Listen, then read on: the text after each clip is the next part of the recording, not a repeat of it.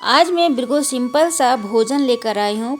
देखने में तो बिल्कुल सिंपल है पर खाने में बहुत ही स्वादिष्ट है। और कभी कभी हमें साधारण सा व्यंजन खाने का भी मन होता है। तो आप मेरी थाली देखकर बिल्कुल समझ सकते हैं ये कितना बढ़िया सा लाजवाब रेसिपी आज मैं लेकर आई हूँ। तो हेलो एवरीवन, मैं अपने चैनल चटोरी लिट्टी में आप सभी का बेहद स्वागत करती हूँ। और पूरा वीडियो देखने के लिए हमारे वीडियो में बने रहें। तो आज का रेसिपी है दाल, अरहर का दाल यानी कि तुअर का दाल। और तुअर का दाल बिल्कुल साधारण तरीके से नहीं बनाया जाता है, इसका तरीका बिल्कुल ही अलग होता है बनाने का। तो इस कारण से मैं यह रेसिपी लेकर आई हूँ। तो आपको अगर सीखना है तुअर का दाल कैसे बनाते हैं यानी कि अरहर का दाल कैसे बनाते हैं, तो आप हमारे वीडियो में बने रहें।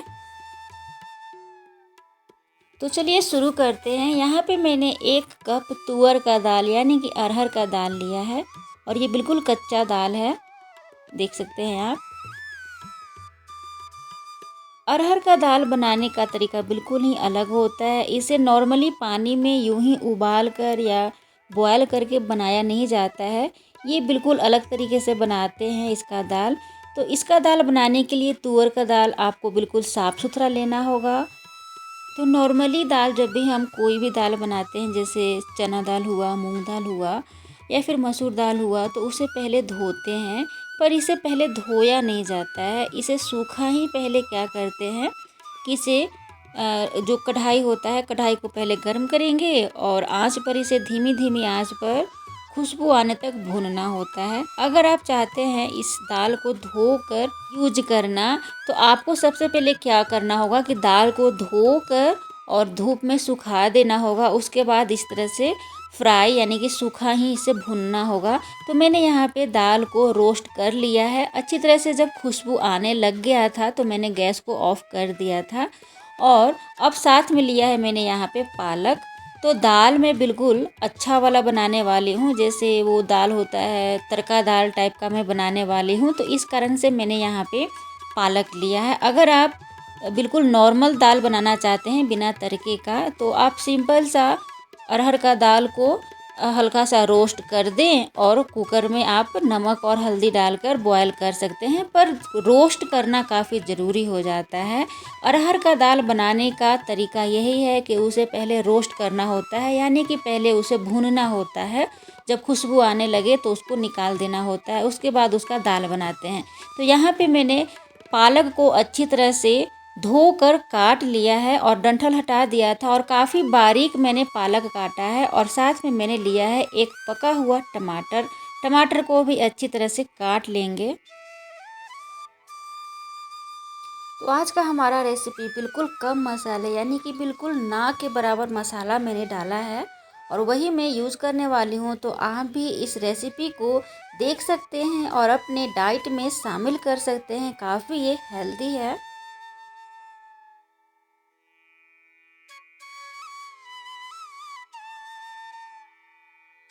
तो हमने पालक और टमाटर काट लिया है और अब क्या करेंगे, एक कुकर लेंगे। आपको भगोने में बनाना हो तो भगोने में बनाएं या पतीले में बनाना हो तो पतीले में बना सकते हैं।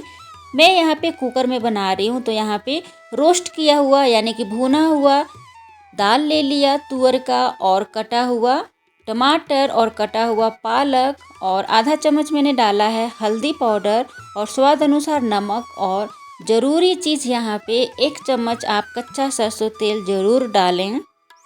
यह दाल जो है बिल्कुल पारंपरिक तरीका है बनाने का तुअर का दाल। और 1 कप दाल के अनुसार मैं यहाँ पे 4 कप पानी डालूँगी। तो आपको इसी मात्रा में पानी डालना है दाल में। अगर आप पानी कम डाल देंगे तो दाल जल जाएगा, और अगर आप 4 कप से अधिक मात्रा में पानी डालेंगे तो काफ़ी पतला हो जाएगा दाल।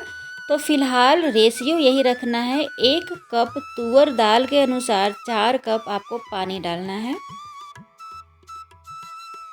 तुअर दाल जब भी बनाते हैं रोस्ट करके ही बनाते हैं, और जब भी बनाते हैं इसमें कच्चा सरसों तेल थोड़ा सा ज़रूर डालते हैं, जिससे कि यह स्वाद काफ़ी बढ़िया, मतलब कि काफ़ी बढ़िया से भी बढ़िया आ जाता है। जैसे शादियों में आप खाते हैं सेम वही आपका टेस्ट आएगा। और इसे ढक्कन लगाकर 4 से 5 सीटी मीडियम आंच पे लगा देना है। तो यहाँ पे 5 सीटी आ चुका था मीडियम आंच पे, और सीटी बिल्कुल इसका जो गैस है वो निकल चुका है एयर। और अब आप देख सकते हैं कितना बढ़िया सा गाढ़ा सा ये दाल बनकर तैयार हुआ है। और ये बिल्कुल दाल जो है वो बिल्कुल गल चुका है, बढ़िया सा पक चुका है, जैसा मुझे चाहिए था बिल्कुल परफेक्ट है बना हुआ। न ज़्यादा पानी है और न ज़्यादा कम पानी है, और ये बढ़िया सा पक चुका है। तो इसी तरह से करछी की सहायता से मैं इसे घाटते जाऊंगी, यानी कि मसल दूंगी। आप चाहें तो इसे मथनी की सहायता से भी मथ सकते हैं, पर ये काफ़ी गला हुआ है तो बड़ा ही आसानी पूर्वक करछी से ही मैं इसे मथ रही हूँ, यानी कि मसल रही हूँ।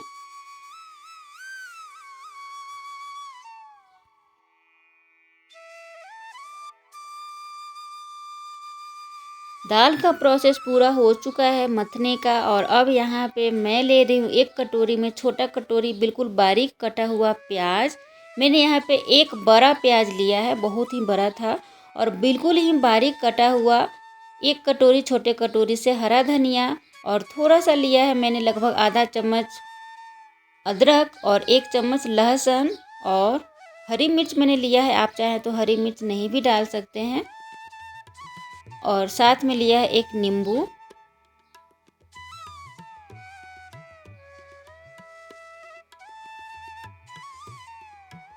और यहाँ पर तड़के के लिए लिया है 2 तेजपत्र, साथ में कुछ मात्रा करी पत्ता लिया है, उसे धो लिया है, साथ में हींग लिया है आधा चम्मच से भी कम, और छोटे चम्मच से 1 चम्मच मैंने लिया है साबुत जीरा।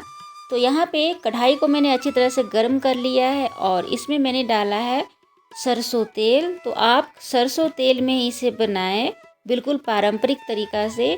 और यहाँ पे तेज़पत्र और जीरा को डाल दिया है। जब अच्छा से यह भून जाए यानी रोस्ट हो जाए, तब यहाँ पे डालेंगे हींग, और आंच को बिल्कुल धीमा कर लेंगे। हींग डालने के बाद साथ में मैंने डाल दिया है करी पत्ता,